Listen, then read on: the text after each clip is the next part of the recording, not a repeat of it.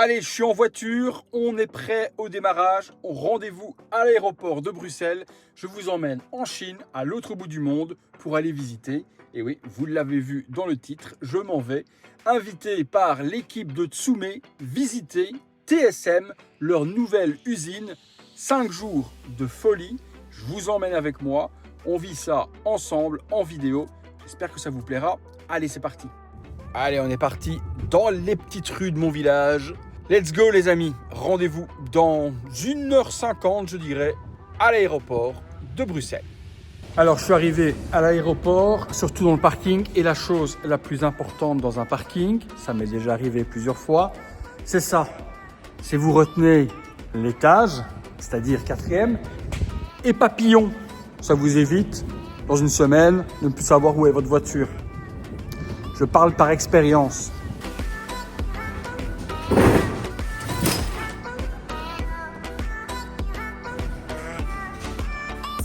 Allez, go!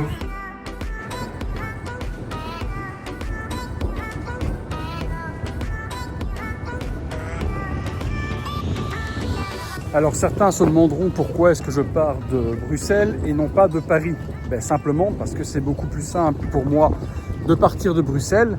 C'est 1h30 de la maison, Paris c'est 2h30. Donc question de facilité. Alors regardons où est-ce qu'il faut me diriger. On est là. 11h40, Shenzhen. Ce sera donc check-in numéro 8. Attends, ouais, check-in, porte B. Allez, on y va. Du coup, ça va être par là. Alors ouais, je la vois là-bas. Allez, on y est, c'est par ici. Ah ouais, donc Will Smith a même sa boutique. Yeah. On a passé la douane, les passeports, tout ce qu'il faut. Ici, on est forcément dans le piège à con. Vous connaissez le piège à con? C'est les soi-disant produits hors taxe, free tax, mais que vous payez plus cher au final que le prix d'origine. On s'est fait avoir une fois avec mon épouse. On a acheté des parfums. Quand on a regardé sur Amazon, les parfums étaient moins chers que dans le free tax. Et puis, sans parler des chocolats, là. Vous savez, les Toblerone. 50 € la petite tablette de Toblerone. On connaît. Me voilà donc dans l'avion, prêt à décoller. On se retrouve à l'atterrissage. Peut-être pendant le vol, je ne sais pas.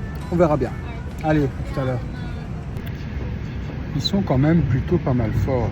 Parce que, vous vous souvenez, normalement il y a des trucs qu'on tire là. Pour faire l'obscurité totale dans le hublot. Sauf que là, il n'y a rien à tirer. Il y a un petit bouton juste là. Là, tu vois, ce petit bouton, en fait, quand j'appuie pour descendre, regarde la vitre, elle va s'obscurcir jusqu'à devenir complètement noire. Regarde comment ça s'obscurcit. C'est magique. Et à un moment donné, c'est tout noir. Ah ouais, quand même. Le mec qui n'a jamais rien vu de sa vie. Vous avez déjà vu ça? Ou est-ce que vous étiez habitué comme moi à la petite persienne à tirer? Regardez. Bientôt tout noir. Trop fort.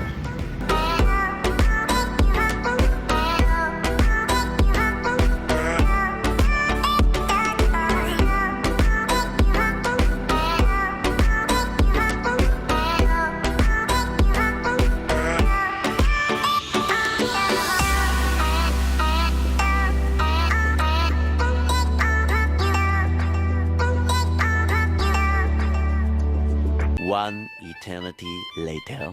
Voilà, arrivé à Shenzhen. Je pourrais pas filmer malheureusement dans l'aéroport parce que c'est interdit. Mais bon, juste pour vous stipuler que je suis bel et bien arrivé. Oula, des nuages.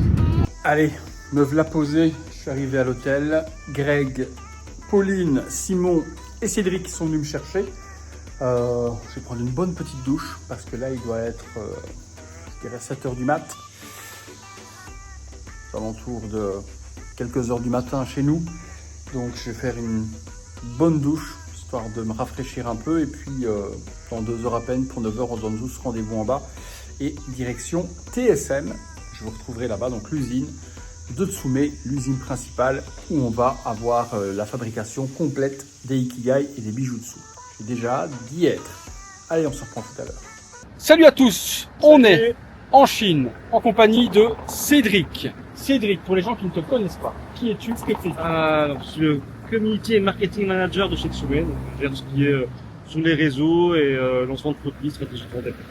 Quand vous avez une publication, une réponse avec Tsume, peu importe les réseaux et les plateformes, c'est ce monsieur Voilà. en général Sauf le SAV. qui s'occupe de vous répondre. Sauf votre type SAV, ça, ce sont d'autres personnes. Ce sont On est où? Chez TSM, donc l'usine de Tsume, là où se font la majorité de nos pièces en interne, hein, Ikigai, Bijutsu et certaines HQS qu'on va pouvoir découvrir. On va faire le tour de l'usine, Ouais. toutes les différentes étapes de la création du master jusqu'à l'emballage de la pièce terminée. Tu vas pouvoir tout voir. L'avantage de cette usine, c'est ça, c'est qu'on est vraiment de la conception de base de la statue au niveau du cast des éléments, en passant par après le ponçage et autres, la peinture, l'emballage, on va tout voir de A à Z.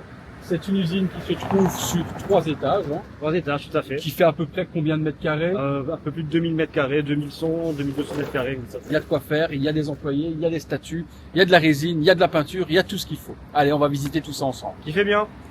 Voilà donc l'usine et on nous fait signe, en plus on nous dit bonjour, super gentil les gens ici. Voilà l'usine complète, donc comme on vous a dit sur 3 étages. Le premier étage c'est tout ce qui va être cast, résine, moule. Au deuxième on va retrouver emballage et autres, tout ce qui est au deuxième, et tout ce qui est au troisième on retrouve la peinture. On va aller visiter tout ça ensemble. Vous allez voir que ça travaille énormément et qu'il y a vraiment beaucoup d'étapes pour construire une statue. Vous n'avez pas idée du temps passé et des petites mains qu'il faut pour réaliser nos objets de collection.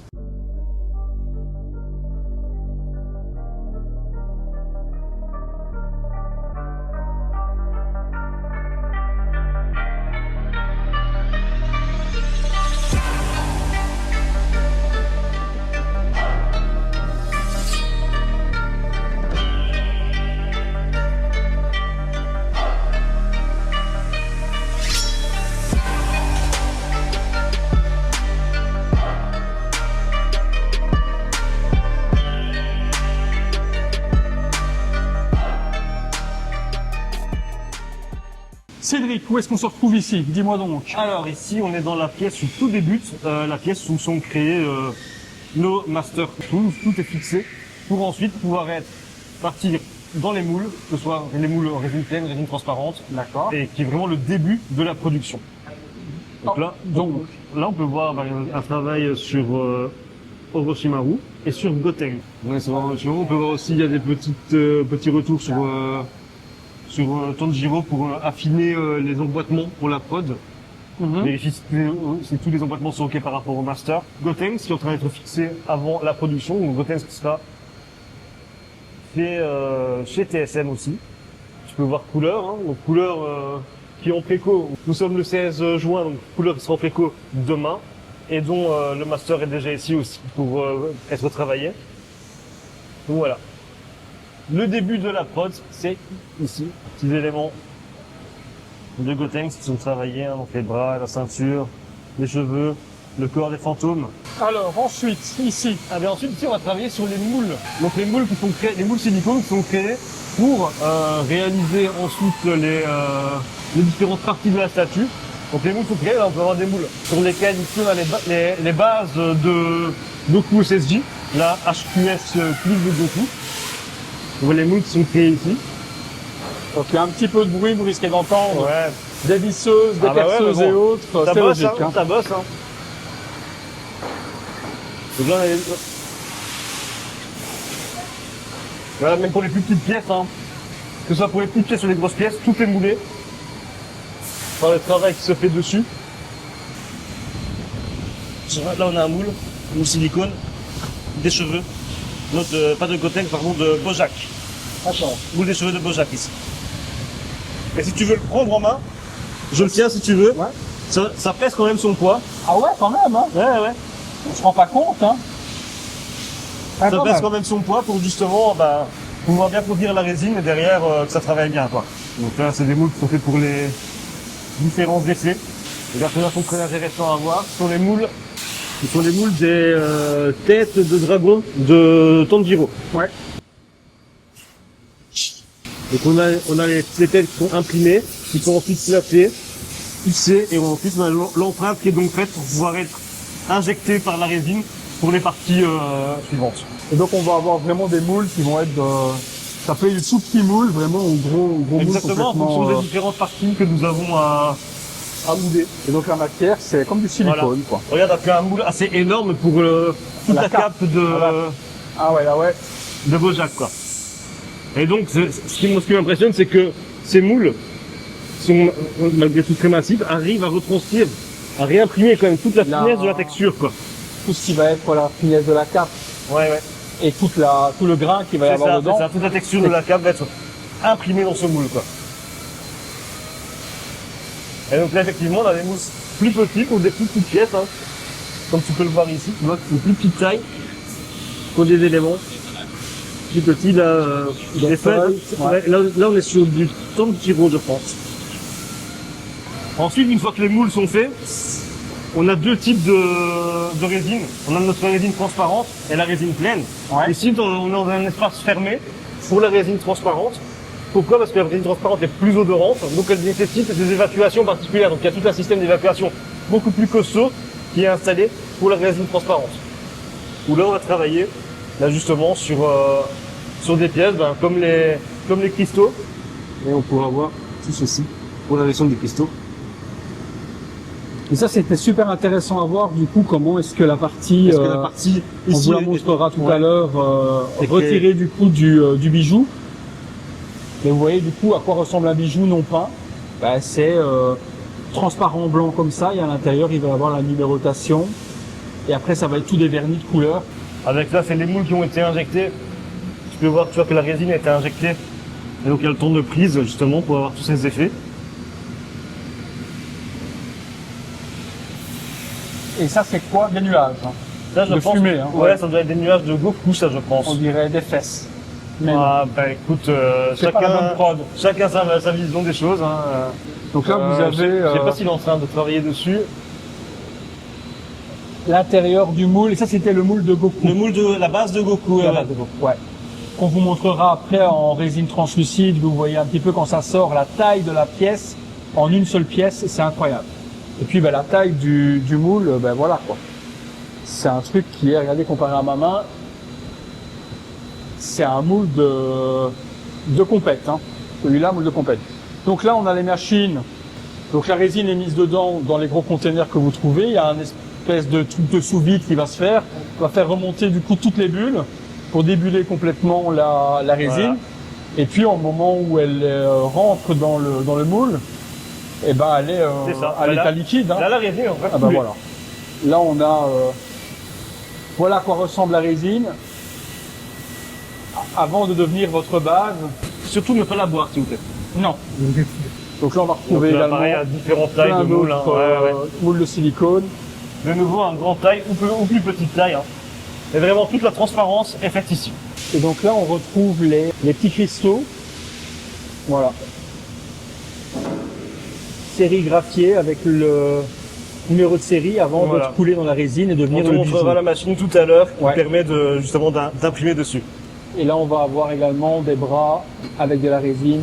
Regarde, tu as les effets de Shura aussi. Là, ce sont les attaques de Shura. L'attaque qu'on va retrouver en plein milieu de la Ouais. base et qui Parce fait que ça, c'est poussiéreux, l'excalibur. peut-être quoi. pas, enfin, un peu, on verra. Donc là, on va avoir des pièces en résine translucide. Ouais, là, Justement, par exemple, voilà tu les as- têtes. Les têtes. Donc là, tu as En partie, la tête. Donc, elles n'ont pas encore été traitées. Hein. ouais. Donc, elles sont traitées après, tu as la tête. Donc, Quand vous allez voir dans les étages supérieurs avec la peinture, les reflets, etc. Quand on voit d'où on démarre et où on se retrouve, c'est un peu ouf quand même. là, pour le coup, tu as vu les moules Ouais, créés. Là, tu as la partie transparente qui va être travaillée ensuite là-bas. c'est ça. Et après, au étage supérieur, tu auras la peinture et les stickers qui seront mis. Et donc, ce qu'on vous disait, quand la base de Goku sort du moule, Elle est comme ça. on a cette pièce Elle est comme ça. énorme. Donc, bien sûr, elle doit pas être travaillée, Ouais. hein, elle doit pas être préparée parce que c'est dans la partie préparation. On va y venir après. Donc on a vu les moules transparents, on va aussi voir les moules pleins, en résine pleine. Qui sont ici, qui demandent un autre type de préparation que la résine transparente. Étant moins odorante, bien évidemment il y a des évaporations aussi, mais elle n'est pas obligée d'être dans un espace clos. On a les cheveux de Bojack, les jambes de Bojack.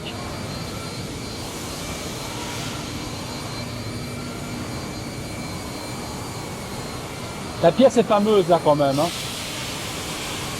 Le niveau de détail sur la pièce. Voilà. Les socles de Tanjiro. Mais pour dire, hein, t'es arrivé il y a quoi, 3 heures? Ouais. Ici c'était plein. Ah ouais, Et tu vois que là, bah, c'est déjà passé à l'étape suivante, quoi. On perd pas de temps. Tout ça c'était plein de barres comme celle-ci. Et elles sont déjà passées à l'étape suivante de préparation.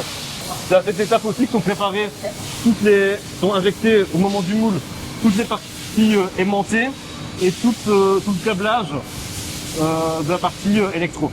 Et donc cette partie-là, avec la tige de fer, elle est mise à l'intérieur du moule.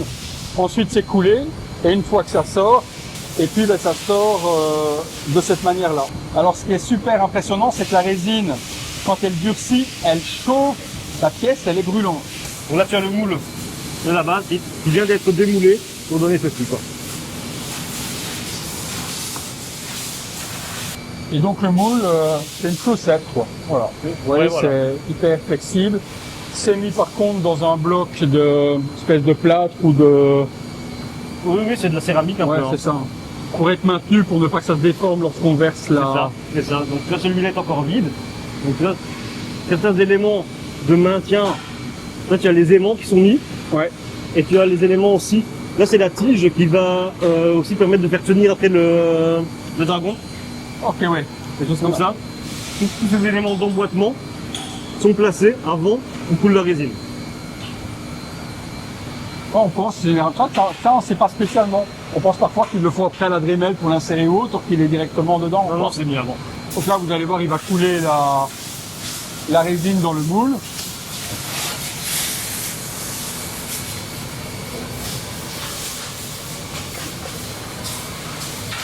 Il reprend un petit peu parce qu'il y en a pas assez. Là, on a des bases de Bojack, ça. Base de Bojack, ouais. Ouais. Base de Bojack.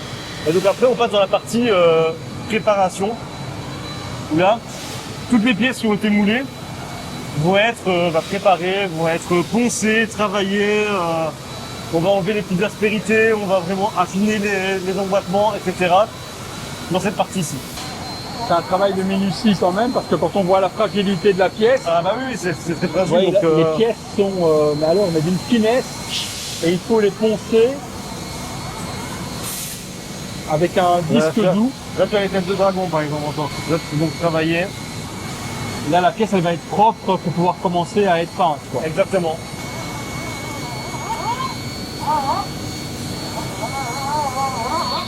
Et là tu as le travail sur... Là, on commence à avoir une base propre pour Goku.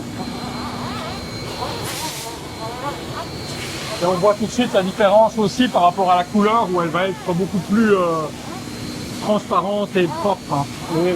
Après elle devient plus opaque, tu vois. Ouais.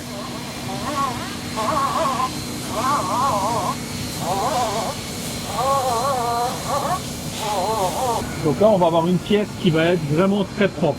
Voilà. Prête à la peinture, ça donne ça. C'est ça. Vous voyez tout ce qui était attaché ici tout à l'heure, ne l'est plus maintenant, quoi, par exemple. On a une pièce qui est finalisée à ce niveau-là. Très propre. Alors ici, qu'est-ce qu'il fait de beau? Alors là, il y a aussi un après pour consolider aussi la pièce après le ponçage. Tu vois, c'est un peu une petite surcouche pour qu'elle puisse être travaillée plus facilement. On dirait une espèce de mastic. Là, hein, Voilà. Ça permet également de combler les irrégularités qu'il peut y avoir sur une pièce. C'est ça. Et donc là, voilà, ça doit être des pièces qui sont prêtes pour de la peinture, hein, propres comme elles sont là. Et donc là, on est sur les bases de Goku, la dernière un quart. Hein. C'est ça. Et on peut voir là aussi, on a énormément de Bojack. On voit déjà que le casque a déjà bien avancé. Ouais, donc déjà là, sur c'est les les bases. On peut voir... Ah ben, il y en il y en a entre... 1, 2, 3, 4, 5, 6, 7. Il y en a 10 par rangée.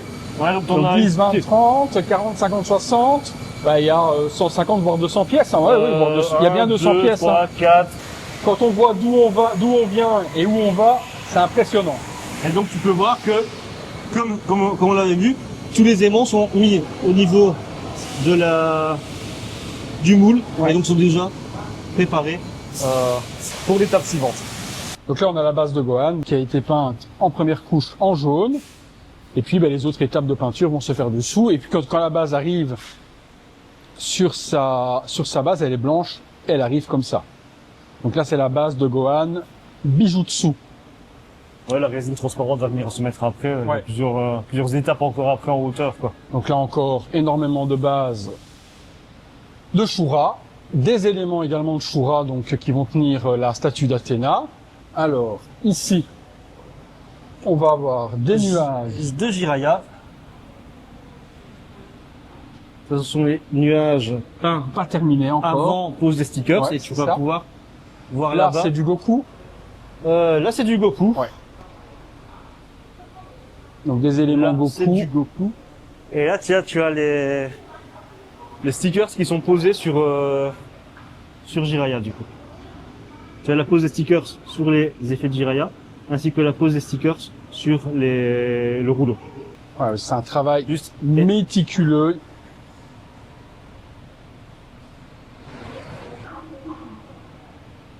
Voilà, donc les stickers sont apposés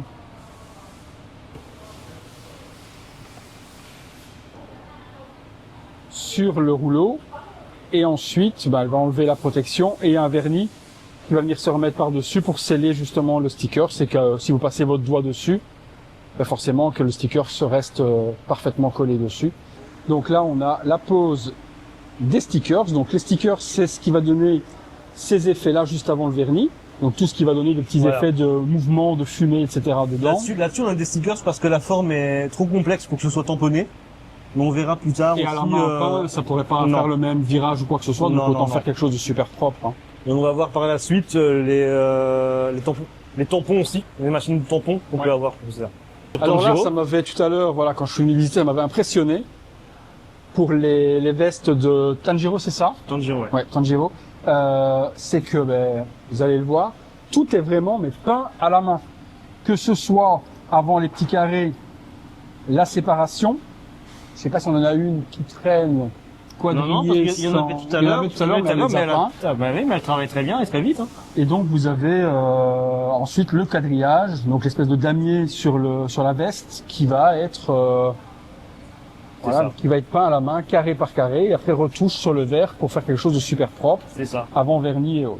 Là, Ici on a encore est une suite de prod. Donc là, on a au stade peinture. ouais, sur Killua.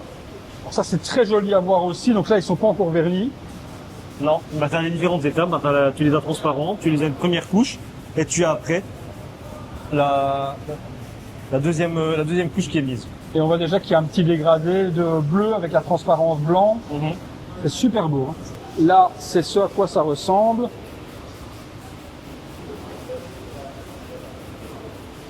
Et puis ici, on va avoir le résultat pour avoir ce dégradé d'un bleu transparent vers un bleu foncé. Il y a du boulot. Là, on a les corps de Killua. Où pareil, tu as les différentes étapes, hein, blanc, première couche, sous-couche, pour arriver à cette version bleutée, dégradée, qui est reprise ici, quoi. Donc là, on voit que l'intérieur a été peint. Et ensuite, il est fait un petit peu vert d'eau, comme ça, avec tous les ombrages, pour avoir ce résultat-là qui, déjà, quand on voit l'étape où on est ici, et puis l'étape là, on voit déjà la grosse différence, des nuances. Une belle couleur, hein, celle-là. Ouais, c'est une très belle pièce, hein, tu vois. Je suis en nage. Là, Regardez c'est mon front, je suis en nage. Il fait je ne sais pas combien de degrés, je suis en nage. Là, on a des parties de Goku. Donc là, c'est quoi? C'est des rochers de Goku? Rocher de Goku, là, ouais. Et là, on revient sur Tanjiro avec les dragons par différentes étapes également. Donc là, on est vraiment sur une première couleur orangée qui est mise. Et là, ça devient beau, là. Là, ça devient très beau.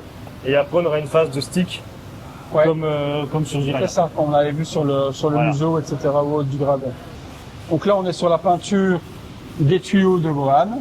Donc on est sur un bleu de la sorte. Et ensuite on vient mettre le bleu métallisé pour avoir ce rendu-là. Là, on est sur Jiraya, avant peinture. Encore des jambes. Vous voyez que ça produit, ça produit. Hein. On a les pantalons de Tanjiro. Donc là, vous verrez par la suite que ces couleurs, quand elle est couleur un peu brune, on vous montrera après comment se passe la peinture uniforme sur les espèces de grilles que vous voyez là, où on met la première couche qui est uniforme, qui est dans une seule couleur. Donc là, on peut voir également encore énormément de pantalons de Gohan. Et là, il nous fait le petit paint cel shading des familles.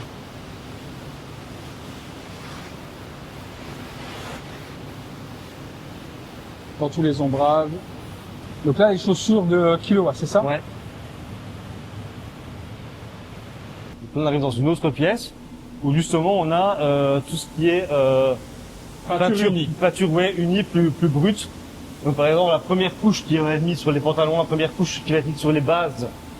Vraiment tout ce qui est première couche avant d'avoir un travail plus détaillé par la suite. Là tu peux les voir ici par exemple. Là toutes les mains.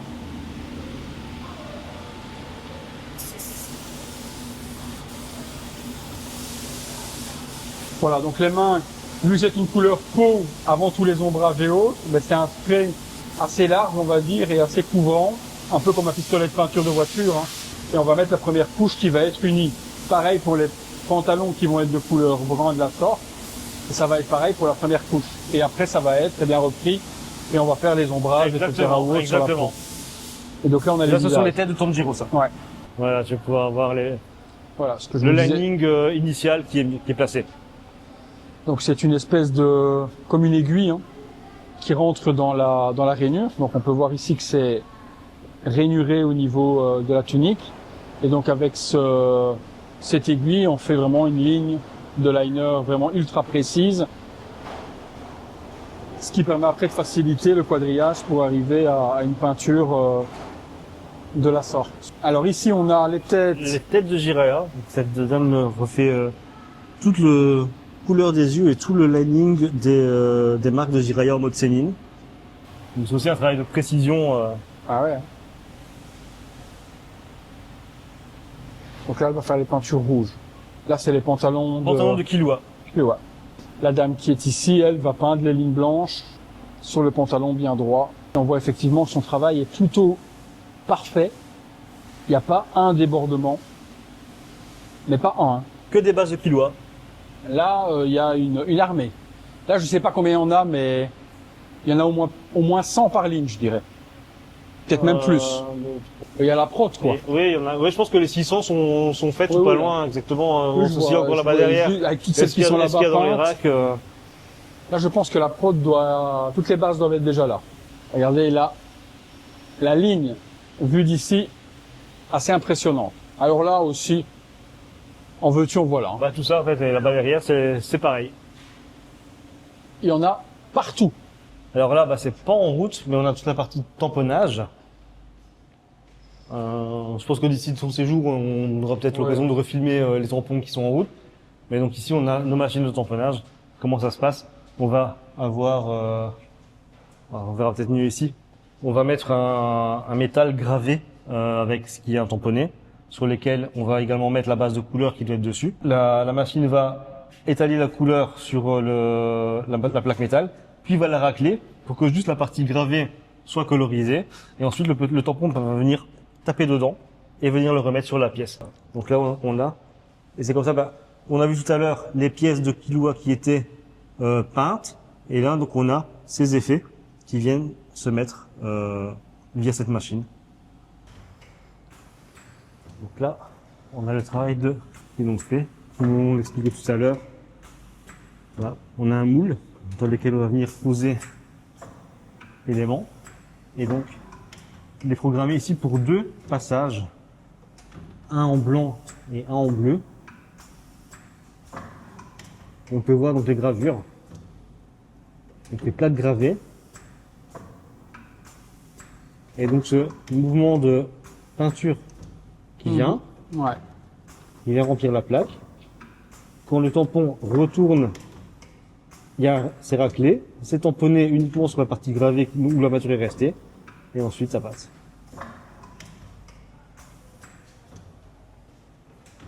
Et donc on a ce résultat. Il faut au fur et à mesure.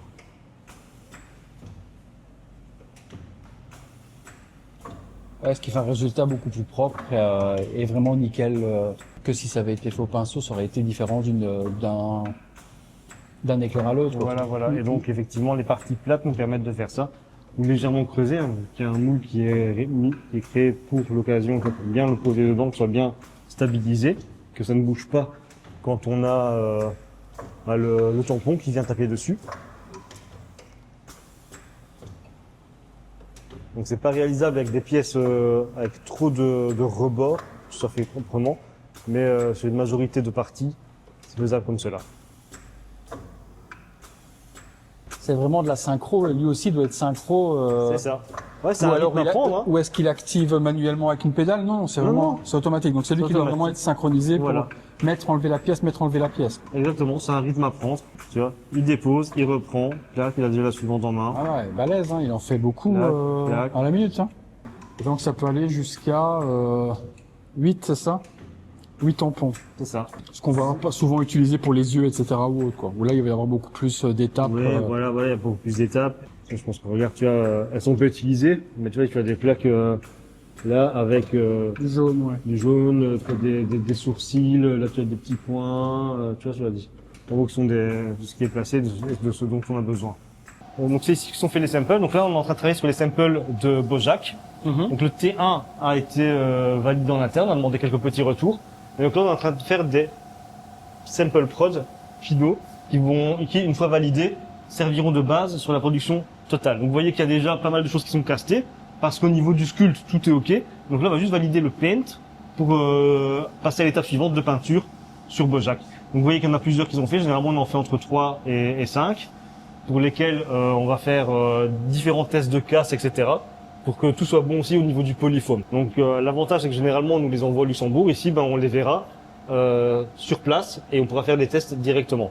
Vous pouvez voir aussi que Sanji est déjà en cours. Donc avant la fin du séjour, on aura Sanji déjà, les premiers samples de Sanji qui seront prêts. Donc un mois après la précommande, quoi. C'est rapide. Puis ici, on va avoir les pantalons de Sanji. Pantalon, la base, avec le costume, la flamme à la jambe et son costume qui est juste là. Donc là, tu vois, comme il a une jambe, donc ça, faut savoir que du coup, on a une pièce entièrement en résine transparente sur lesquelles après on vient venir remplir ici en couleur et juste garder ce dégradé de transparence vers la flamme. Mais de base, tout est en transparent. Tout est en transparent en une seule pièce, oui. Pour pouvoir garder juste la jambe après. Exactement. On n'est pas venu couper et venir remettre de la partie transparente. Non, c'est pour garder vraiment une belle unité et on est sur une pièce totalement transparente. Ici, on est dans la partie vernis. Donc vraiment une pièce aussi fermée pour éviter que la poussière ne rentre. Hein. Ouais. Où on vient vernir toutes les pièces résine transparente. Donc là, on travaille sur Goku. Là, on voit tous les éclairs de Goku ici également. Donc toutes ces pièces-là ont été vernies. Donc ce que vous voyez là, l'espèce de, c'est ce qui permet de planter facilement les. C'est pas la litière du chat. Hein. Non, ça permet de planter on vous voit les venir, éléments on vous connaît. Et que ça tienne bien dedans. Et donc on est sur le même système que tout à l'heure. On a une bande de tape. Les pièces sont collées. Voilà. Avec le pistolet. Ce qui est bien, c'est que tu auras vu les différentes étapes de Killua et tu auras vu les différentes étapes de Tanjiro aussi. Et une fois que c'est sec, on retourne la pièce dans l'autre sens et on pulvérise le vernis de l'autre côté. C'est un travail de minutie à coller pièce par pièce. Ouais. Et tu as Shura. Ça c'est Goku. Les éclairs de Goku. Là c'est du Goku également. Goku, ça c'est Jiraiya. Les bases des Ikigai, avant qu'elles ne soient également vernies, donc elles sont juste peintes noires, et c'est un noir mat, avant que le vernis soit mis, et après ça deviendra le Black Piano, une fois que le vernis sera mis. Donc on va avoir une des bases qui sont presque terminées, elles sont pas terminées. Voilà, après il reste encore une couche à mettre, et là quand elles sont vraiment finies, voilà. Elles ressemblent à ça. Avec tous les petits stickers qui sont collés, vernis et autres. Pour la statue de Shura. Voilà, Shura, on est vraiment en fin de prod, donc c'est les dernières pièces. Ce que tu as vu de Shura là, c'est vraiment les dernières pièces de fin de prod, quoi. Alors ici l'étage numéro 2, qu'est-ce qui va être fait ici? Et tu vois que le temps est très changeant. Ah, mais si vous voulez voir,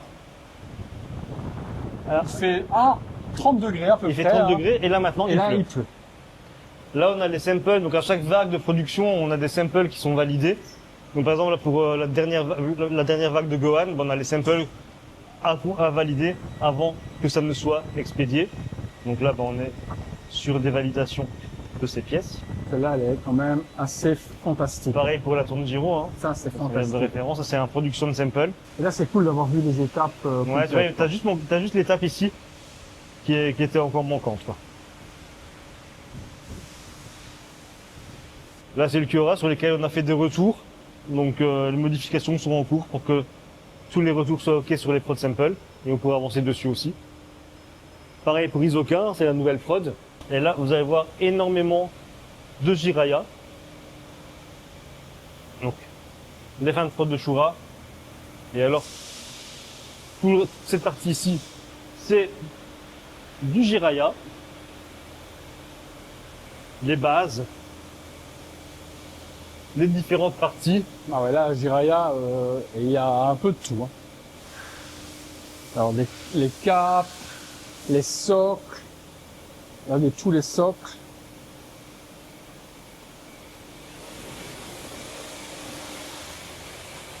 Et derrière, tout est assemblé, étape par étape.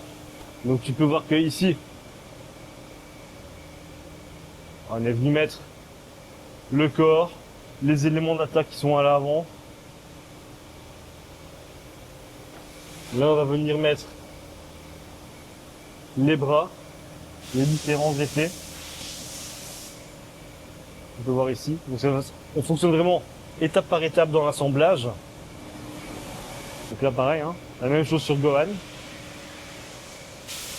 Et là, on a énormément de Jiraiya, pour vous donner une idée.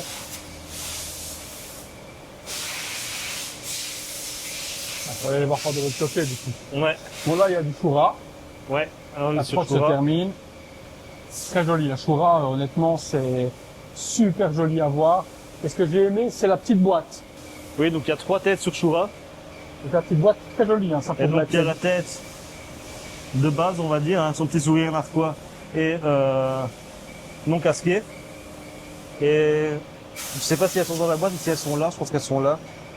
Et puis il y a cette petite boîte dans laquelle Ok, viendront, c'est bien viendront, fait, se, ça. viendront se mettre les deux têtes. Donc on a cette tête-ci. Et cette tête-ci. Je pense qu'on va se mettre comme ceci, quoi.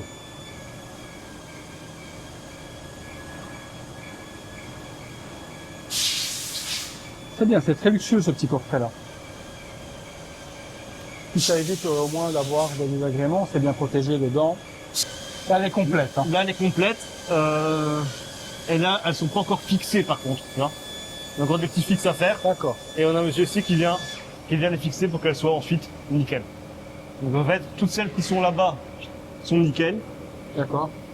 sont fixées. On va juste faire un check après global encore de toutes ces pièces-là. Et donc nous avons cette personne qui vient pièce par pièce faire les derniers fixes, voir si tous les emballements sont bons, s'il n'y a pas de décalage ou quoi que ce soit, si tout est ok.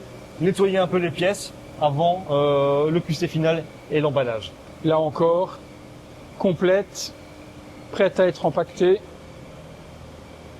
Quand C'est je me ça. dis que c'est une belle pièce, la Shura, c'est Et, vraiment et une ça, super c'est belle toutes pièce. celles qui sont déjà emballées également. Ben là, hein. c'est déjà prêt. Regardez, Ça, la c'est déjà palette là, prêt. elle est Donc prête. deux boîtes sur Shura. Donc on a deux Voilà. boîtes, nous dit Cédric. Quand et on est puis là, là, quand on est là, qu'est-ce qu'il reste à faire juste pour celle-là, c'est venir mettre les étiquettes avec le code barre, etc. C'est tout ce qu'il reste à venir mettre dessus. Et ensuite les filmer et elles seront finalisées. Donc le packaging, il se passe comme ça. Les pièces sont prêtes et après, ben, ils prennent le poli et ils vous emballent dans le petit sachet, chaque élément proprement, pour vous faire votre packaging. On a également une salle d'impression. Salle d'impression. Donc on a notre parc d'imprimantes. Là, c'est le paradis des imprimeurs 3D ici. Voilà. Parce que vous en avez, je dirais, une bonne Beaucoup. cinquantaine d'imprimantes. Hein. Beaucoup. Savoir que En c'est allant ici des que monstres de chez Formlab C'est ici que sont imprimés nos master tools. Donc dès les fichiers sont envoyés du Luxembourg vers Et sur quel vers la type Chine. d'imprimante, par contre, ils impriment genre la base énorme en résine de Goku, qui fait une grosse taille dans la forme de l'arbre, ça rentre pas, tu vois. Donc ils la font en plusieurs éléments, puis ils la assemblent. Il la font en plusieurs éléments qui sont assemblés derrière. Et après, Ouais. dans le moule, on n'est D'accord. remis qu'en un seul, quoi. Ok, c'est ça. Et donc c'est la machine là que tu voulais nous expliquer tout à l'heure. On imprime aussi les têtes ici. Il y a parfois, sur certaines pièces, les têtes sont un peu complexes à faire en moule. Là, tu m'as Donc expliqué. du coup, Ouais. elles sont imprimées et retravaillées sur base d'imprimante directement. Et donc quand dans le moule, les détails sont perdus ou quoi que ce soit ou autre, vous imprimez, s'il y a ouais, 250 pièces, 250 fois la tête pour Voilà, avoir une tête voilà. parfaite, Voilà. qui sera du coup une impression 3D et pas un cast C'est ça. fait dans un moule. Ouais. Ça, c'est la pièce qui nous a servi à faire ce que tu peux voir ici, quoi. Donc on va venir poser. Donc c'est pour les bijoux. On a donc la partie que tu as vue tout à l'heure. Mhm. On va venir être posée ici. On va les poser tac tac tac en quinconce et on va imprimer de manière programmée tous les éléments, griffes et numéro de C'est une impression ou numération. c'est une gravure laser qui est faite C'est une dans- impression. Une impression, C'est d'accord. l'impression. Tac, tac, tac. Tout ça est imprimé. Et ensuite, cette pièce est mise dans la résine transparente Dans le qu'on a moule. vu tout à l'heure dans le moule. Et ça Clac, devient le directement. Et on a le bijou qui est fait comme ça, avec ça dessus. Et ouais les gars. T1 Orochimaru. Donc on peut remarquer le travail effectué sur la bave et j'ai trouvé ça vraiment, la salive, etc. vraiment super bien fait. On a des petites gouttelettes et autres, la tête du serpent, l'œil, niveau peinture, de la base. Le visage est monstrueux aussi, avec également de la salive sur la langue et sur l'épée.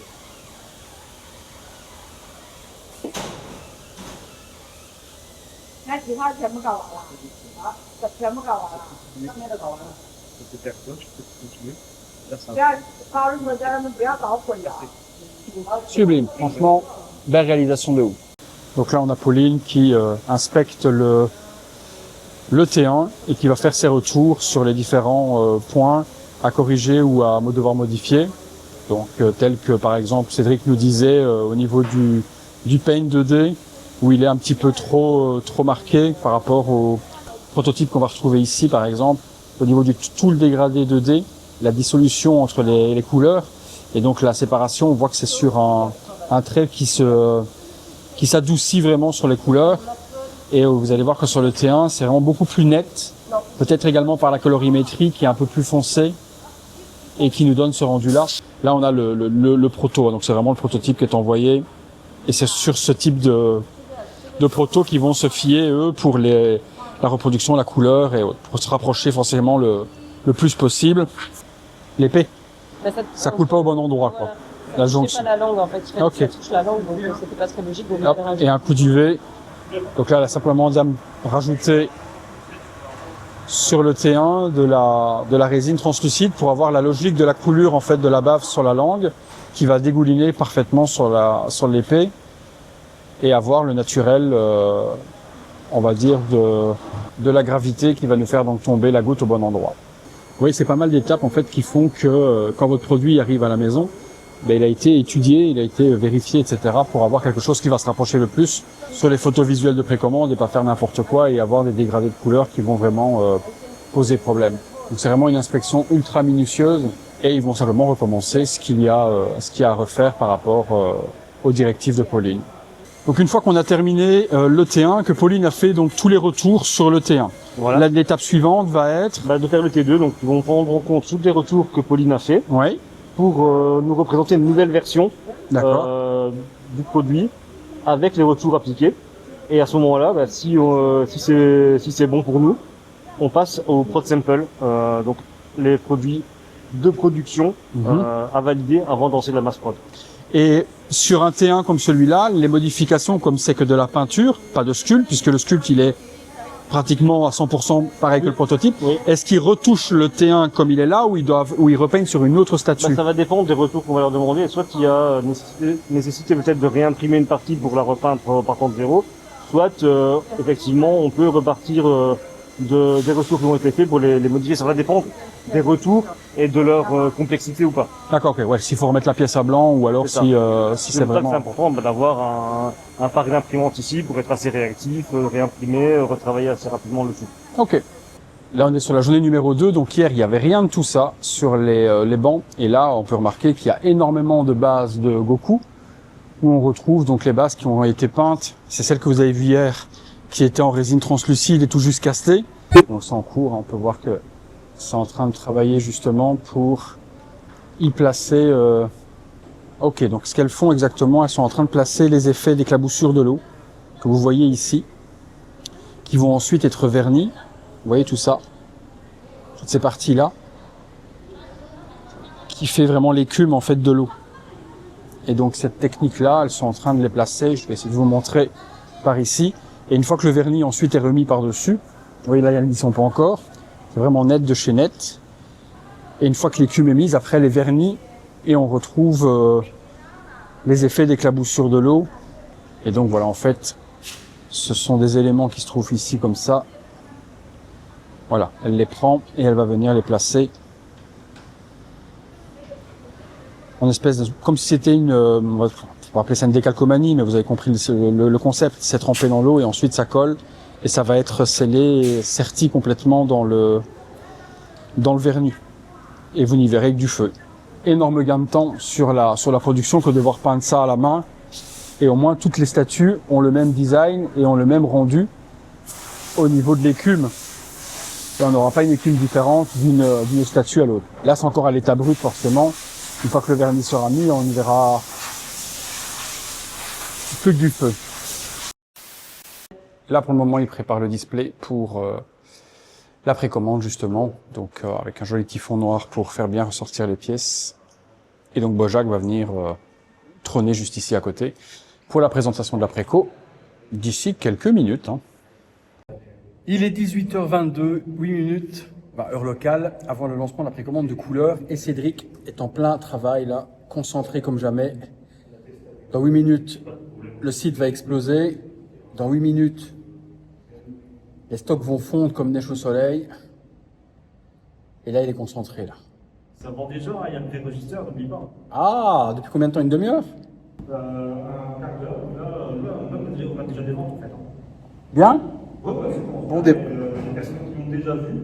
Alors, si je peux juste dire un petit mot, je kiffe de manière générale le respect qu'ont les collectionneurs qui sont pré-registres. Depuis qu'on fait son pré-registre, depuis il y a un peu tout, depuis novembre, les personnes qui ont accès à un quart d'heure, 20 minutes avant, Ne lit rien du tout. jamais, alors ils en parlent, on prend mon Discord, ils en parlent, ah elle est dingue, etc.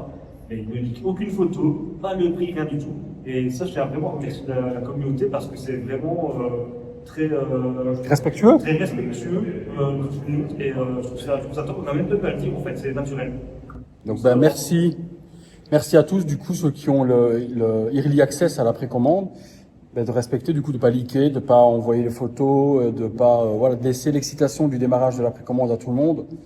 Donc c'est vrai que c'est toujours plaisant d'être dans une ambiance bon enfant là-dedans et pas gâcher le plaisir de, parce que autant pour Tsume que pour nous, le reveal et le moment du reveal, c'est toujours un petit peu excitant, quoi. Donc se faire liker, ça gâche un petit peu malheureusement le plaisir. Donc merci à tous. Bon, allez, il reste 6 minutes. Et moi, je vais découvrir le trailer, je l'ai pas vu. J'ai vu la statue, ça oui. Mais j'ai pas vu le trailer. Et le trailer, je kiffe toujours bien. À tout à l'heure. Donc là, pour le lancement de la précommande, ils avaient invité des fans. On a, nous, le groupe en France, fans de Tsume. Et en Chine, ils ont également un petit peu la même chose que chez nous, avec justement des fans qui sont là pour venir admirer le lancement de la précommande de couleurs. On va donc avoir la statue qui est présentée là avec Bojack et également avec Gohan du futur. Et les fans qui sont venus la voir en avant-première. Et après les premiers retours, ils kiffent plutôt pas mal la statue, que je vous montrerai forcément en détail par la suite. Voilà, on leur a donné l'autorisation de filmer. Donc du coup maintenant c'est parti. Les réseaux vont exploser avec toutes les photos, toutes les vidéos. C'est cool d'organiser ça, franchement, c'est bien pour eux. Ils kiffent la marque, donc forcément ça leur donne une petite exclusivité. Donc voilà ce que ça donne avec les 3 de la Movie Collection Dragon Ball, Bojack. Je vais essayer de me faufiler à travers eux. Là, ils ont tout monopolisé. C'est à celui qui va prendre la meilleure photo. Moi, j'aurai le temps de les prendre par la suite. Ne vous inquiétez pas, vous aurez du contenu sans problème. Oh, oh, te plairait pour moi, eh oh, ça suffira, eh oh, que tu m'aperçois, eh oh, oh, oh, oh, oh, oh, c'est que t'es là, mais tu n'entends pas, qu'en bas de chez toi, C'est vraiment comme dans les films, hein. Les restaurants chinois avec les karaokés.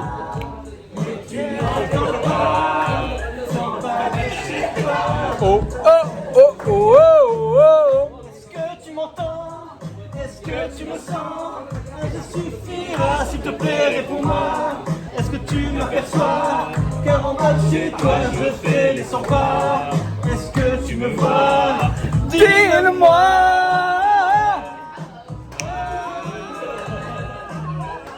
est-ce que tu m'entends, eh oh, est-ce que tu me sens, eh oh, touche-moi, je suis là, eh oh, Oh, oh, oh, oh, oh. On est sur la route et on va aller visiter l'usine qui fabrique la statue de Mu du bélier, donc ça Seiya, et également la statue du Joker. Donc on va arriver d'ici peu et puis comme d'habitude je vous filmerai sur place ce qui est intéressant à vous montrer. Là on est sur les castes résine translucide de la statue de Mu du bélier. Donc là on va surtout visiter cette usine qui a la production de Mu et du Joker. Donc là on peut déjà voir qu'il y a énormément et de base et également l'arrière un peu nébuleux. Regardez-moi ça, le nombre de pièces castées. À l'intérieur, il y a déjà les petites planètes et autres qui sont incrustées dedans. On peut les voir juste là. Donc quand ils ont coulé le moule, ils les ont glissés à l'intérieur pour que ce soit pris directement dans la résine. Et pareil ici, on peut les voir aussi ici dedans. Donc tout ça est inséré dans le moule au moment où il coule la résine avec les petits câbles pour les light-up et autres.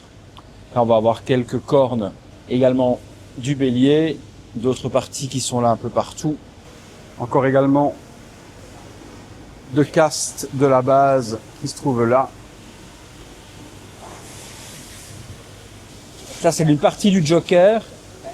C'est les murs de côté où il y a les grillages et autres, donc ils viennent d'être mis dans le moule. Et là, il y a 2 pièces qui viennent d'être sorties également. Voilà. Donc là, vous avez le moule silicone de la porte du Joker. Donc on voit le logo Arkham Asylum. Donc on est sur un moule en silicone, hein. Et puis ici, on va avoir le même moule. Là, on est sur le moule de la base. Donc il est en verso. Vous pouvez constater qu'ils ont mis du coup, tous les aimants sont placés, ainsi que les tiges de fer pour pouvoir insérer les personnages. On a également les ricanements du Joker tout autour. Des fumées, des ballons, et également quelques pièces du Joker qu'on va retrouver juste ici. Donc là, on est sur la peinture de Mu. Tous les torses sont ici déjà en première couche. Couche supplémentaire ici avec tout ce qui va être l'argenté.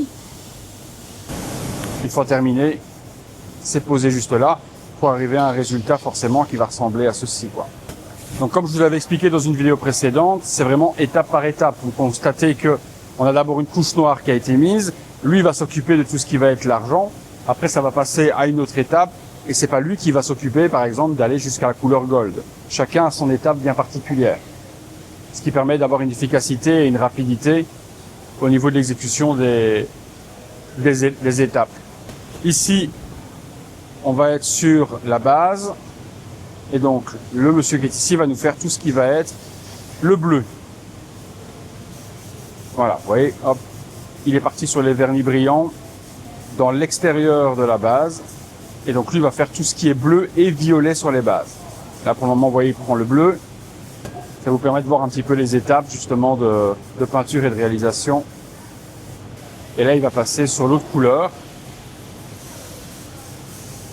Voilà, et là, il va nous faire tous les reflets en violet. Donc ça, c'est les piliers de mue. Hein. Piliers de mue, ouais. Ouais. Il y a encore énormément de pièces. Donc là, c'est la sous-couche qui est mise, comme on vous l'avait expliqué dans la vidéo précédente. C'est un peu le même système. On est sur une cabine à eau. Hop, les pièces sont mises. Ensuite, on prend et on sous-couche.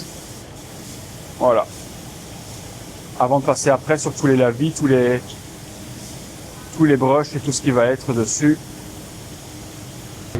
Alors, la demoiselle qui est ici, elle, c'est un peu pareil que tout à l'heure. Elle part de la sous-couche noire qui est ici. Et elle commence à appliquer la couche argent. Et par-dessus, après, on va mettre les dégradés de gold.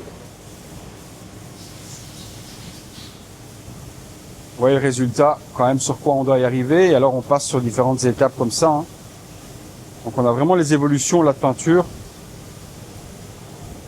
entre ce qu'il est en train de peindre. Donc, vous voyez, là, il est sur le bleu pour avoir ce résultat-là. Ensuite, celui-là, avec tous les dégradés noirs et violets. Et voilà comment ça se termine avec les vernis, les rochers assemblés ou autres. Il y a du taf. Donc là, on a des parties de Joker également, les casques de tous les corps du Joker, des fumées de Joker, les bases sont là. Là, ce sont les têtes de Guy sur le diorama.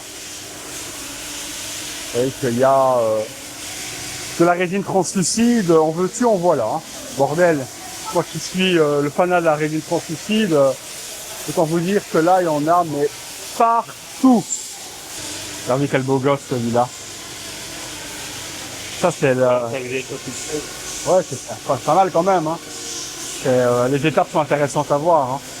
T'as vu comme on comprend être un PA, c'est quand même compliqué. La base de mue, tous les dégradés, quand tu vois les étapes pour arriver, les étapes pour arriver au rendu verni avec tous les dégradés, les bleus, les violets.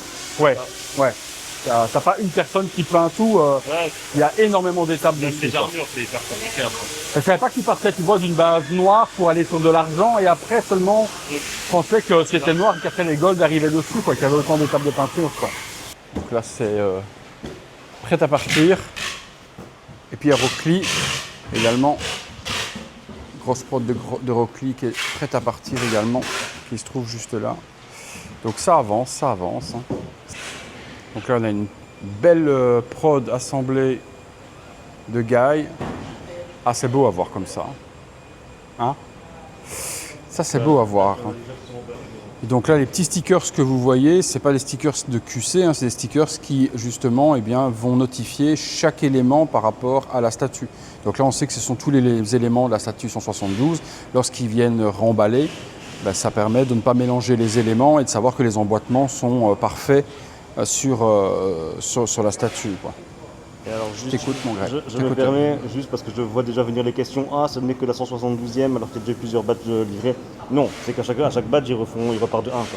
D'accord, ok, c'est ça. Ok. Sauf que s'il y en a 100 qui sont partis, ils ne vont pas mettre 101. Oui, c'est ça. Ouais. Et puis, mais franchement, avoir aligné comme ça, c'est beau de ouf. Hein. Regardez ça. Cette statue, elle est oufissime. Après, si vous voulez voir le produit final, hop, le voilà. Le visage est magnifique. La résine translucide partout, l'écume. Et alors cette tête là, mais cette tête les gars, mon Dieu, ça c'est pépite. Hein. Ça c'est pépite de chez Pépite. Hein. Oh, la résine translucide de partout. Ça c'est Pépitos, Nicolas Sol. Et il y en a encore tout plein ici. Alors Cédric, qu'est-ce qu'on va voir là? Alors là, on va voir le master de Gotenks qui était fixé.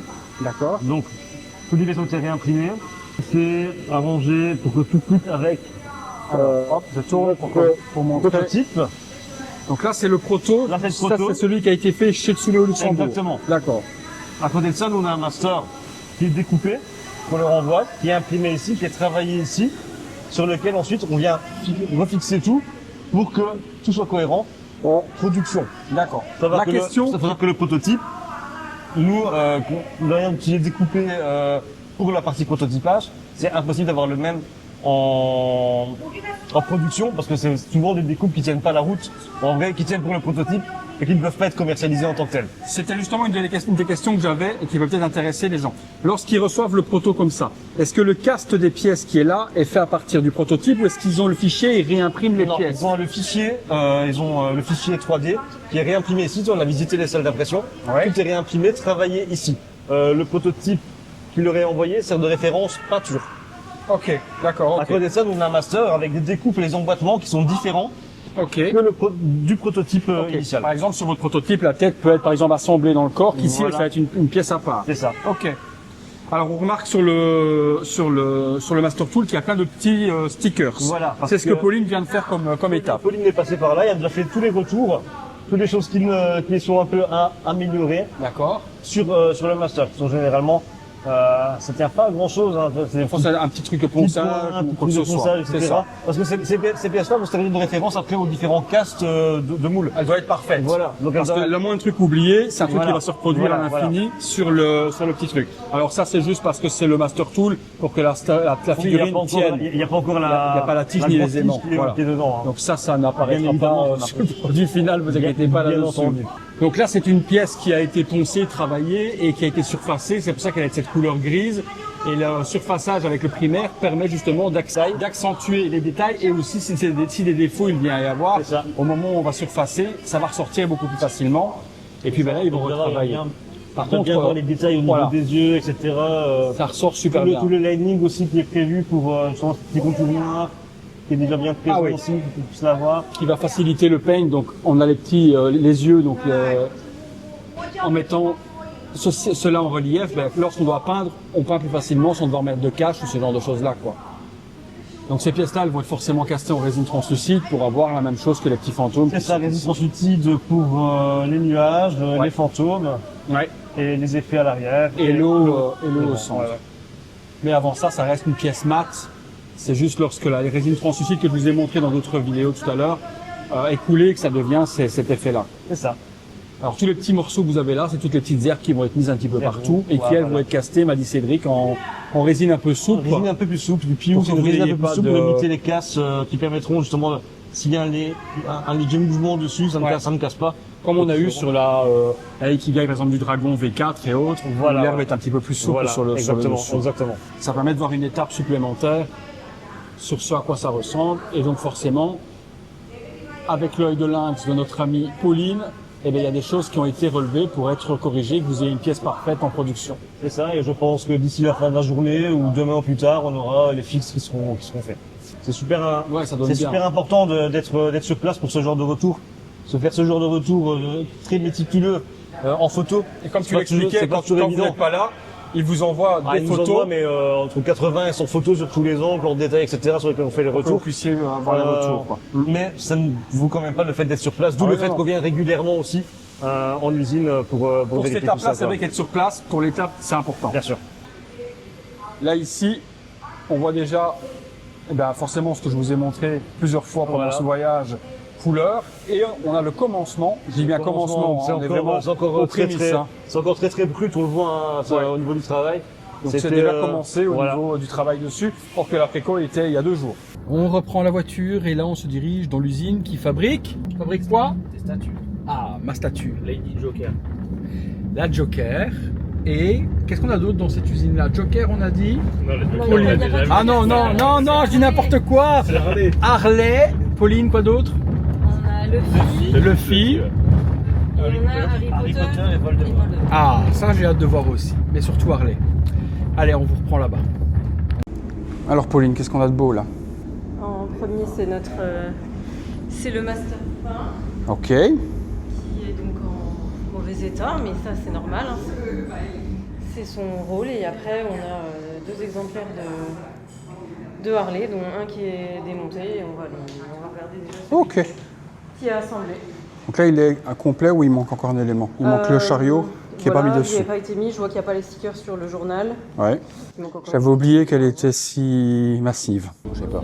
Là ici on peut voir du coup ce qui avait été promis par Tsume, c'est-à-dire la base alternative qui permettra d'exposer la version alternative de Harley, puisque là on avait la version en costume d'Arlequin et on aura donc le socle qui est ici qui permettra d'exposer la statue qu'on n'exposera pas sur la base. C'est le T2 Il y a quelques trucs à devoir revoir, pas énormément. Des petites variantes de couleurs ou autres, mais rien de bien dramatique en soi. Harley est juste sublime. Le visage aussi. Ceinture super propre. Donc là c'est la version où elle est en roller. Et on aura ici la version en arlequin avec la petite base supplémentaire. On voit à l'intérieur ici également les petits pots, les verbes à papa, le candy shop, enfin cotton shop plutôt, le magnifique joker. Donc pour le moment, forcément comme c'est un T2 électroniquement, c'est pas encore accordé, donc c'est pour ça qu'il n'y a pas d'animation. Forcément ça sera sur le produit final, vous vous en doutez bien. Et donc l'arrière, où on a les 3 salles avec les 3 histoires emblématiques de Harley. Et la fameuse roue. Hâte de voir tout ça fonctionner lors du sample final. Ici on retrouve une ligne de prod de la célèbre Harry Potter avec Voldemort. Donc ce sont les exemplaires finaux qui sont prêts à être emballés. Pour moi, comme je le disais à Cédric, c'est une gamme qui n'a pas encore fait son succès et qui va à mon avis bien fonctionner lors de la sortie. Parce que pour moi, les collectionneurs Harry Potter sont pas spécialement au courant des gammes Ikigai, ils suivent peut-être pas spécialement Tsume. Et une fois que les premières vidéos vont arriver sur ce type de produit, je pense que c'est à ce moment-là que les ventes vont se déclencher plus qu'à la précommande. Peut-être également que les collectionneurs Harry Potter sont peut-être pas habitués aux précommandes et peut-être acheter des articles directement disponibles aussi en boutique, tels des baguettes ou autres. Donc une fois que ça va être dans les boutiques spécialisées destinées à la licence, c'est quelque chose qui pour moi va se vendre. Et voilà, Harry, la baguette, résine translucide, et à l'arrière on a le cerf également en résine translucide qui apparaît, l'aigle qui est juste là. Pour un one-shot, pour moi c'est 2 statues parfaites. Celui qui veut quelque chose en Harry Potter. Quoi? Les 2 têtes de Voldemort. Ah l'enfoiré. Je vous répète ce qu'il a dit si vous ne l'avez pas entendu. Dans l'angle où il était là, il avait 2 têtes de Voldemort, c'est-à-dire la mienne. C'est vrai que j'ai un peu les mêmes dents, tiens. Et celle de Tsume. Ah, tu parlais du crâne, ça va, t'es gentil alors. Et là, on retrouve également pas mal de pièces castées en résine translucide du Patronus d'Harry Potter. Ici, en peinture, on retrouve les mêmes pièces que je viens de vous montrer en résine translucide, mais cette fois-ci avec un dégradé. Donc comme on sent, là c'est pas encore verni ni autre, et on a quelques-unes qui sont là aussi en peinture. Quelques pièces en peinture également de Voldemort. On retrouve les bras, quelques têtes. La première couche elle vient d'être mise, des tenues également qui se trouvent juste là. Et les Nagini, ils ont été castés en résine translucide. Regardez la transparence dans la queue. On voit vraiment la résine qui se dégrade et qui se matérialise sur le dessus de la tête, la bouche. Et c'est forcément pas encore terminé, c'est en peinture. Et du coup, là, on retrouve, je peux vous montrer, l'étape de peinture où on voit hyper bien la transparence sur la queue avec le commencement de peinture. Et on voit que c'est vraiment peint et c'est pas des stickers ou autre, c'est vraiment peint à la main sur la résine translucide. Ouais. Ici on retrouve les moules avec les résines justement translucides à l'intérieur, donc le casque qui vient d'être fait, et on peut voir du coup la pièce complètement transparente.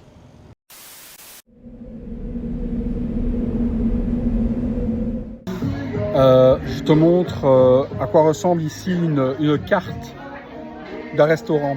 Regarde, la carte du resto, c'est un catalogue Ikea. Tu peux trouver le Schmitzmlichen. Non mais c'est pas possible ça. Tu vois le 3 Suisse, Neckermann, ben c'est la carte du restaurant. La réf du 3 Suisse. Quoi? La référence du 3 Suisse. Putain, il y a pas beaucoup de euros plus celle-là. Là on voit ton âge. Hein. Ah, bon. Ton âge, hein. Et on a eu la jeunesse qu'on a eue. Hein. C'est vrai, il manque que tu parles de CCA et c'est bon. Ça crépite. Allez, crépite, petite viande. C'est bon ça. Avec ma petite cassolette là. Elle est au 1/4. C'est une cassolette 1/4. 1/4 scale. C'est vrai. Ouais, ils essaient. T'as vu le building là devant avec les inscriptions carrément sur tout le building. C'est ouf ça. Ça c'est lâché comme j'ai envie de l'avoir. Vegas. Bon, là, on est en off cuisine, on est aux alentours de 20h et on se promène et on cherche un magasin qui s'appelle X11, X11, où il y aurait des statues, des figurines et autres. Je vous montre quand même la vue. Ah, ça c'est un peu la Chine qu'on nous montre hein, quand même, avec des bâtiments de dingue, bourrés de LED de partout. Ouais. Quand même plutôt pas mal. Waouh, c'est ouf, complètement ouf.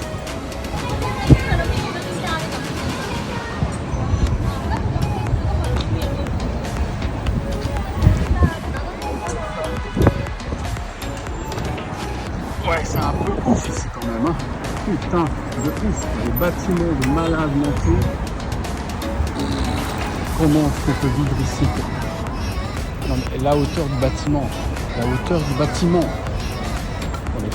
Il y a quoi dans cette énorme tour?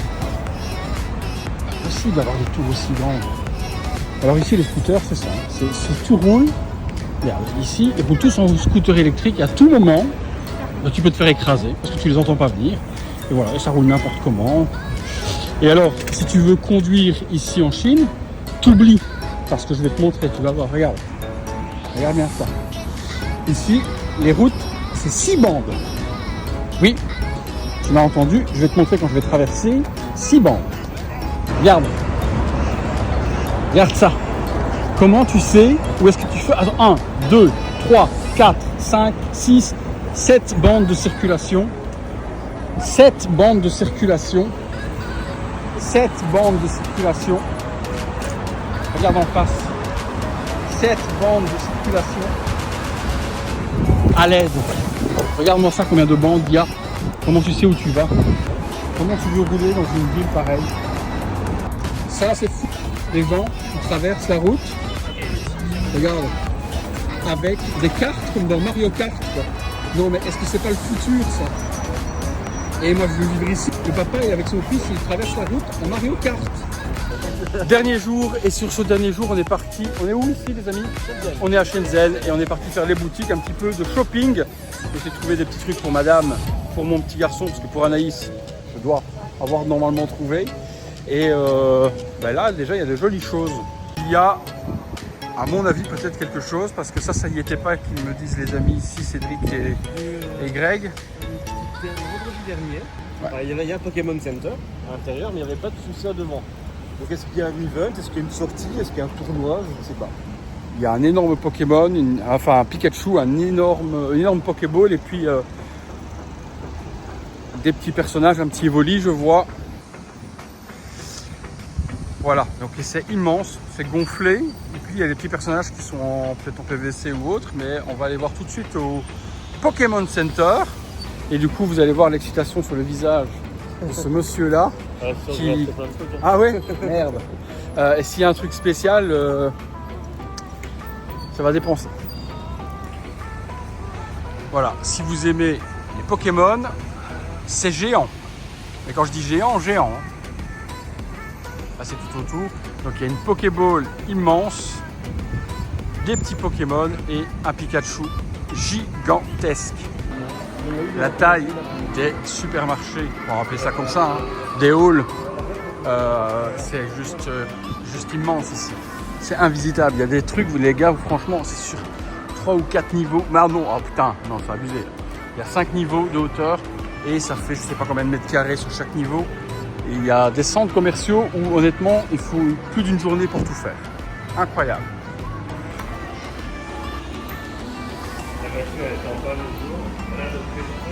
Là ici c'est quand même le paradis du manga, des figurines, énormément de choses.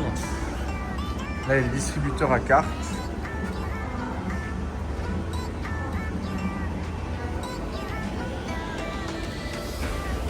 Et là on a le Pokémon. Oh, putain il y a une marche. TCG, il est mis en plus, faites attention à la marche. TCG officiel. Bon ben là pour le monde du Pokémon, vous avez ce que vous avez besoin. La vache. Oh la vache, il y en a partout.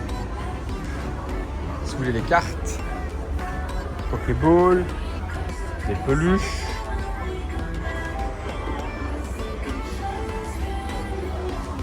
Moi, j'y connais rien et sinon, il y a des gens qui vont dire putain, il y avait ça et tu as pas pris, mais t'es fou ou quoi? Ben oui, peut-être.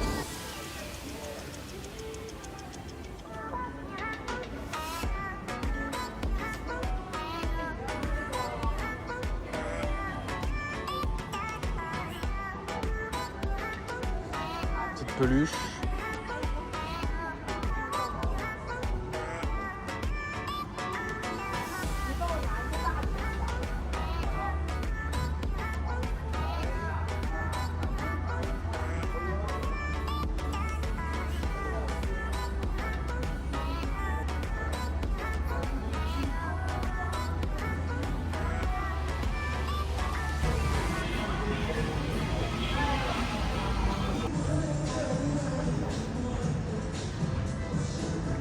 Il y a carrément un petit chat qui fait sa toilette sur l'écran digital de la bagnole.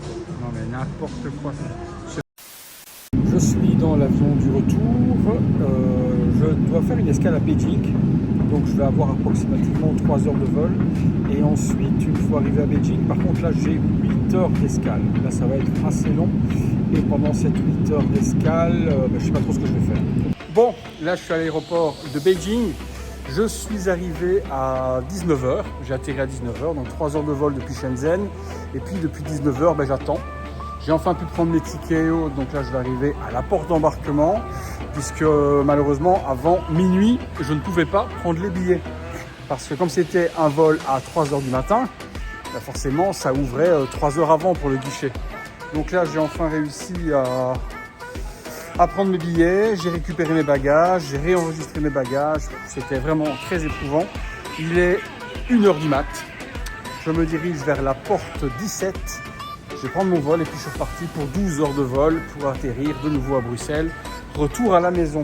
Donc logiquement, on se reprend quand je suis arrivé à Bruxelles, si tout va bien. Je ne sais jamais que l'avion s'écrase, avec la chance que j'ai. Bon, pour le moment la chance est un petit peu mieux quand même puisque j'ai traversé ces derniers mois. On va dire que la chance revient. Donc, on se retrouve à Bruxelles. One eternity later. Allez, on est de retour sur Bruxelles. Ça y est, retour à la maison. Et je vais vous reprendre justement lorsque je serai de retour à la maison pour une petite conclusion à cette vidéo. Allez, tout de suite. Allez, nous revoilà à la maison. J'ai terminé le montage de cette vidéo. On va donc la conclure. J'espère que ça vous a plu et que vous avez passé une bonne heure 20 avec moi. J'avais peut-être l'idée de la couper en 2 parties, cette vidéo, mais je sais que vous n'êtes pas fan des vidéos en 2 parties. Vous préférez une vidéo complète et y revenir s'il faut pour la continuer. Ou certains, la regarder cette vidéo comme si c'était un film d'1h20 que vous passiez avec moi et vous avez vécu mes aventures en Chine à mes côtés. J'espère en tout cas avoir été complet. J'ai coupé quelques morceaux parce que sinon la vidéo durait facilement 2h30, voire même 3 heures. J'ai condensé au maximum que vous ayez également le maximum d'informations et je pense qu'elle est tout de même assez complète. Mais ça, vous me le direz dans les commentaires. Un énorme merci forcément à l'équipe Tsume. Merci à Cyril Marchiol, le PDG justement de Tsume, de m'avoir invité. Et surtout un énorme merci également aux personnes sur place qui m'ont accueilli. Je pense à Cédric, que vous avez vu avec moi sur la vidéo, mais également Simon, que vous avez entreaperçu et qui lui a organisé justement tout ce voyage, mes billets et autres. Donc un énorme merci à Simon. Très belle rencontre. Franchement, une personne super sympathique que je connaissais pas et j'ai hâte de le revoir. Remerciements également à Pauline, peut-être un petit peu plus discrète sur les vidéos et également pendant le séjour. Et je pense que c'est sa nature peut-être qui est comme ça. Elle est peut-être un petit peu plus timide que les autres, mais en tout cas une personne super sympathique également.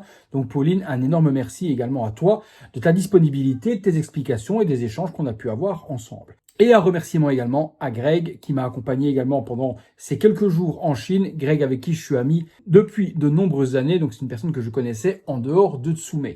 Merci également à toute l'équipe de TSM qui ont été juste exceptionnels. Un accueil en or, on pouvait demander ce qu'on avait envie, ils étaient hyper serviables.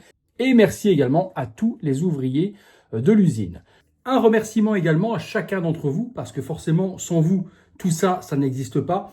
C'est grâce à votre visibilité et à votre fidélité depuis autant d'années que cette chaîne a une certaine crédibilité vis-à-vis des fabricants. Et remerciement également à mon épouse de me permettre de vivre tout ça me laisser partir à l'autre bout du monde pendant une semaine et tout gérer, la maison, le boulot, les enfants, pendant que moi, je prends du bon temps à l'étranger. Donc un énorme merci à elle.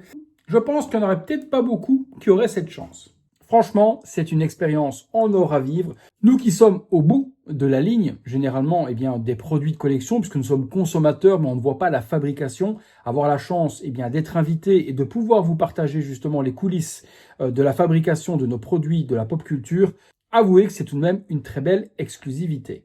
Dernière chose également, j'ai été ultra, mais ça déjà par mon dernier voyage aussi, ultra surpris par les conditions de travail de ces personnes-là en Chine. On nous dresse souvent des tableaux horribles au niveau de l'exploitation des ouvriers en Chine. Vous avez vu dans cette vidéo qu'il n'en est rien. Au niveau des tables de fabrication, ils ne sont pas l'un sur l'autre. Il y a 1 à 2 personnes qui travaillent par table. Ils travaillent dans de très très bonnes conditions. Bon, climatiques, je vous avoue que eux sont habitués, moi pas du tout. Il fait très chaud, mais eux ils ont l'air de le supporter puisqu'ils y vivent depuis toujours. C'est hyper bien éclairé, hyper bien ventilé. Franchement, j'ai vu personne se plaindre sur place. Donc, ça vous permet également de voir qu'en Chine, c'est pas ce que les médias nous dressent comme tableau. Une dernière fois, j'espère que ça vous a plu. En tout cas, j'ai pris énormément de plaisir à vous tourner ces images. Un dernier remerciement à Tsume et son équipe. Et on se retrouve, nous les amis, très bientôt pour une prochaine vidéo. Salut à tous.